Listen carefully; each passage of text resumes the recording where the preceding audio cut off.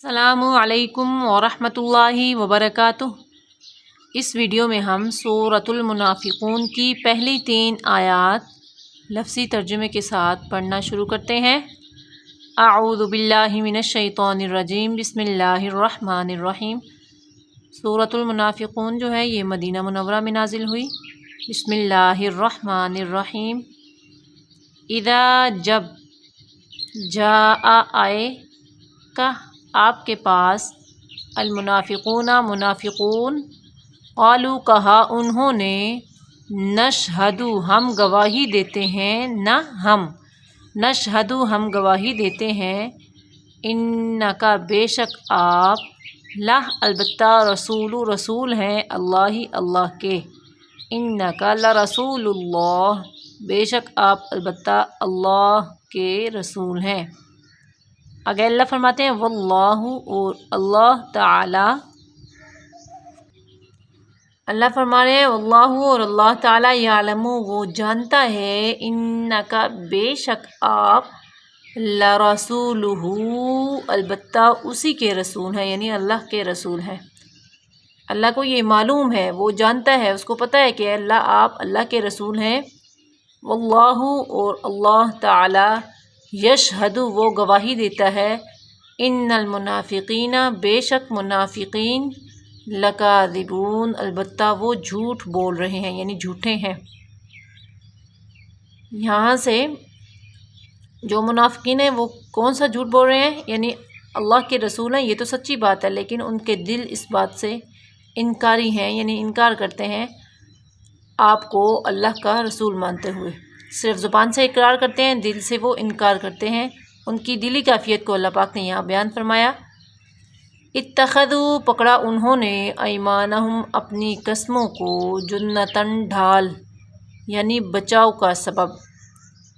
یہاں پہ منافقین جو ہیں ان پر زجر ہے، اور یہاں پہ ایک واقعے کی طرف اشارہ ہے۔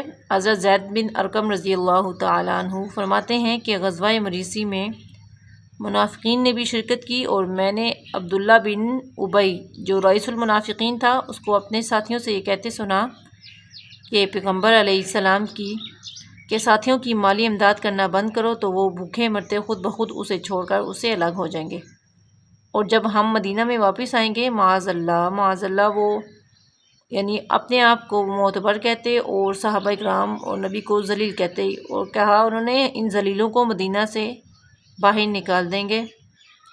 تو وہ صحابی فرماتے ہیں میں چھوٹا تھا، اس لیے میں براہ راست آپ صلی اللہ علیہ وآلہ وسلم کی خدمت میں یہ حقیقت حال واضح نہ کر سکا، اور ساری حقیقت اپنے چچا کو بتا دی، جنہوں نے سارا واقعہ حضور صلی اللہ علیہ وآلہ وسلم کے سامنے بیان فرمایا، یعنی ان کی خدمت میں عرض کیا۔ تو آپ صلی اللہ علیہ وآلہ وسلم نے، وہ صحابی فرماتے ہیں، مجھے بلوایا اور جو منافقین تھے ان کو بھی بلایا۔ تو منافقین نے کیا کیا، وہ صاف مکر گئے اور قسمیں کھا کر، یہاں پہ دیکھیں ان کی قسموں کا ذکر ہے، انہوں نے قسمیں کھا کر حضور صلی اللہ علیہ وسلم کو اپنی سچائی کا یقین دلایا۔ چنانچہ آپ صلی اللہ علیہ وسلم نے مجھے جھٹلا دیا اور ان کو سچا سمجھ لیا۔ تو کیونکہ آپ صلی اللہ علیہ وسلم غیب کا علم نہیں نہ جانتے تھے، غیب کا علم تو صرف اللہ تعالی جانتے ہیں۔